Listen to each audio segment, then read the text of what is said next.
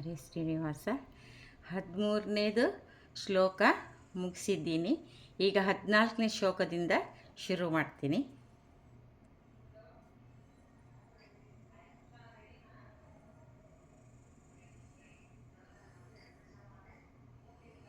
ಗಲದ್ವೇಣಿ ಬಂದ ಕುಚಲಕಲವಿಸ್ತಸ್ತಸಿಜಯ ಹಠಾತ್ ಕುಟ್ಟೋತ್ಕಾಂಚೋ ವಿಗಲಿತು ಕೂಲ ಯುವತೆಯ ಶಿತೌ ಷಟ್ಟಾಂಶತ್ ಷಟ್ಪಾಂಚತ್ ದಿಶಸಮಧಿಕ ಪಂಚಾಶದುದಕೆ ಹುತಾಶೆ ದ್ವಾದಷ್ಟಿ ಚತುರಧಿಕ ಪಂಚಾಶದನಿಲೆ ದಿವಿ ತಿಷ್ಟಷ್ಟಂಶನ್ ನಸಿಚತಾ ಚತುರಷ್ಟಿರತತೆ ಋತೀಯತೆ ಮಯೂಕಾಸ್ತೇಷಾ ಮಪುರಿತಾ ತವ ಪದಾಂಬುಜಾಯುಗಂ ಶರದೋಷ್ಣಾ ಶುದ್ಧಂ ಶಶಿಯುತಾ ಜಟಾಜೂಟಾಮಕುಟಾಂ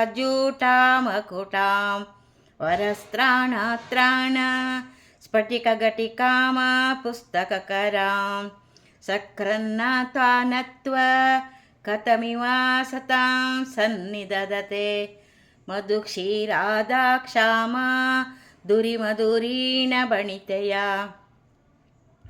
ಕವಿತ್ರಾಣಾಂ ಚೇಥ ಕಮಲವನ ಬಾಲಾತಪರುಚಿಂ ಭಜಂತೆ ಸಂತಂ ಸಂತಃ ಕಚಿದಿಧರಾಣುಮೇವಾ ಭವತೀಂ ವಿರಂಚಿ ಪ್ರೇಯಾಸ್ತ ತರುಣತರ ಶೃಂಗಾರಲಹರಿ ಗಭೀರಾಭಿರ್ವಾಗ್ವಿ ವಿದದತಿ ಸತಾಂ ರಂಜನವಮಿ ಸವಿತ್ರೀಭಿರ್ವಾಚಾಂ ಶಶಿಮಣಿಶಿಲಾ ಭಂಗರುಚಿಭಿ ವಶಿನ್ಯಾದಿಭಿಸ್ವಂ ಸಹ ಜನನಿ ಸಂಚಿತಾಯತಿಹ ಸಕರ್ತಾಂ ಕಾವ್ಯಾನಾಂ ಭವತಿ ಮಹತಾಂ ಭಂಗಿರುಚಿಭಿಃ ವಚೋರ್ಭಿ ವಾಗ್ದೇವಿ ವದನ ಕಮಲಾ ಮೋದ ಮಧುರೈ ತನುಚ್ಛಾಯಾಭಿಸ್ತೆ ತರುಣ ತರುಣಿ ಶ್ರೀ ಸರಣಿಭಿ ದಿವಂ ಸರ್ವಾಮೂರ್ವಿ ಮರುಣಿಮಣಿಮಗ್ನಾ ಸ್ಮರತಿಹ ಭವಂತಸ್ಯ ಸದ್ದನ್ವ ಹರಿಣಶಾಲೀನಿ ನಯನ ಸೌಹೋರ್ವ್ಯಾಶಾವಶ್ಯ ಕತಿತನ ಕತಿ ಗಿರ್ವಾಣ ಗಣಿಕ ಮುಖಂ ಬಿಂದು ಕೃತ್ವ ಕುಚಯುಗಮದಸ್ಯ ತದದೋ ಹರಾರ್ಧಂ ದಾಯೇದ್ಯೋ ಹರಮಹಿತೆ ಮನ್ಮಥ ಕಲಾಂ ಸದಸ್ಯ ಸಂಕ್ಷೋಭ್ಯಂ ನಯತಿ ವನಿತಾ ಇತ್ಯತಿಲಘು ತ್ರಿಲೋಕೀಮಭ್ಯಾಶು ಭ್ರಮಯತಿ ರವೀಂದೋಸ್ತನಯುಗಾಂ ಕಿರಂತೀಮಂಗೇಭ್ಯ ಕಿರಣನಿ ಕುರಂಬಾಭಾಮೃತರಸಂ ರದಿತಾಮಾದತ್ತೆ ಹಿಮಕರಶಿಲಾಮೂರ್ತಿಮಿವಯ ಸರ್ಪಾಣಾಂ ದರ್ಭಂ ಶಮಯತಿ ಶಕುಂತಾಧಿಪ ಇವ ಜರಪ್ಲುಷ್ಟಾನ್ ದ್ರಷ್ಟ ಸುಖಯತಿ ಸುಧದಾರ ಸಿರಯ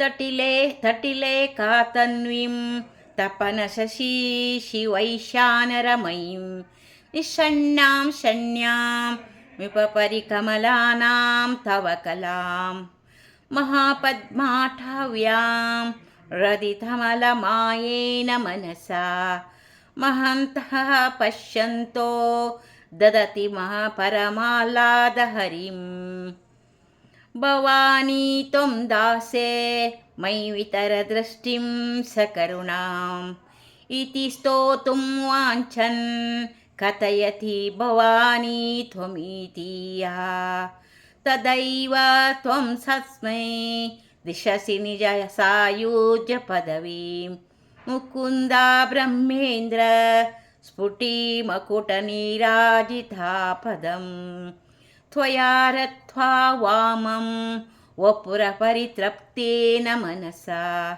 ಶರೀರಾರ್ಧಂ ಶಂಭೋ ರಮಪಿತಂಕೇರುತಮಭೂತ್ ಯದೇತತ್ತ್ವಾದ್ರೂಪಂ सकलमरुणाभं त्रिनयनं कुचाभ्यामानाभ्रं कुटिलशशिचूडालमुकुटाम् जगत्सूते दाता हरिरवतीरुद्रः क्षपयते तिरस्कुर्वने तस्वमपि वपुरीश स्थिरयति सदा पूर्वः सर्वं तदिदमनुगृह्णातीच्छा शिवः त्वाब्जामालाभ्य क्षणचलितयोर्भूलतिकयो त्रयाणां देवानां त्रिगुणजननी जनितानां थ शिवे भवेत् पूजा पूजा तव चरणयोर्हा विरचिता तथा हि तत्पाद्योद अनमणिपीठस्य निकटे स्मितेः ते शश्वन् कुलितकरोत्थं सामकुटा विरञ्ची पञ्चत्वं व्रजति हरि महापद्माटव्यामं ररितमलमयेन मनसा महन्ता पश्यन्तो ददति मरमालादरिं भवानी त्वं दासे मयि वितरदृष्टि सकरुणाम् इति स्तोतुं वाञ्छन् कथयति भवानी स्वमितिया त्वदैव तं दिशसि निजसायुज्यपदवीं मुकुदब्रह्मेन्द्र स्फुटमुकुटनीराजितापदं तदैवं तस्मै त्वया रत्वा वामं वपुरपरिवृत्तेन मनसा शरीरदारात् शम्भो परमपि शङ्केरुतमभूत् यदेतत्त्वाद्रूपं सकलमरुणाभं त्रिनयनां कुचाभ्यामानम्रं कुटिलशशिचूडालमकुटम्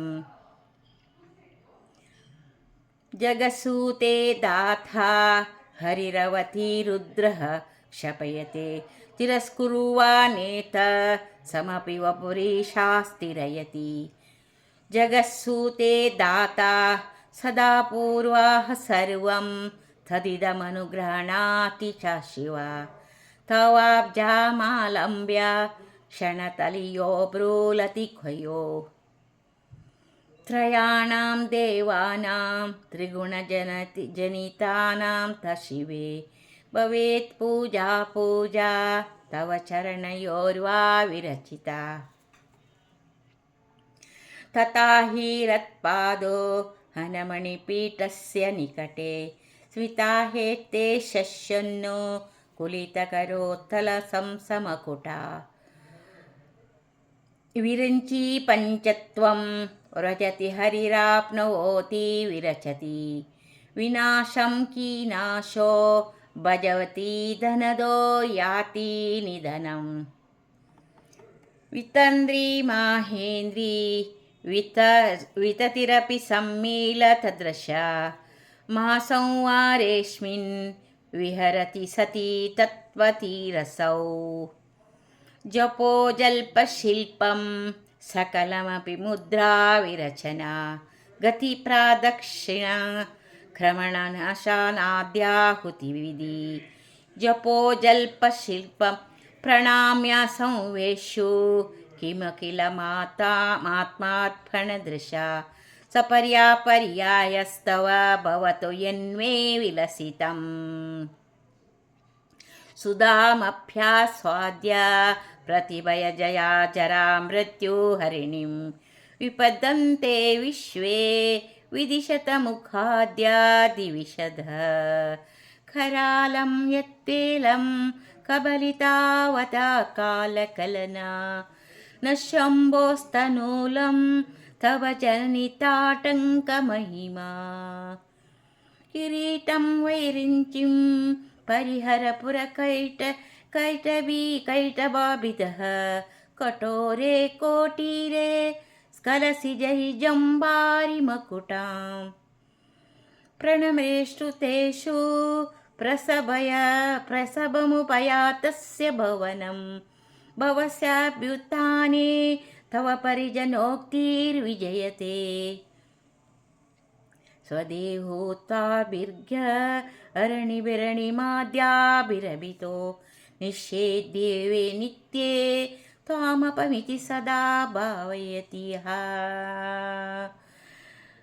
किमाश्चर्यं तस्य त्रिनयनसम्वृद्धिं त्रणयतो भवा सर्वा संवताग्नि विरजयति नीराजनाविधिं.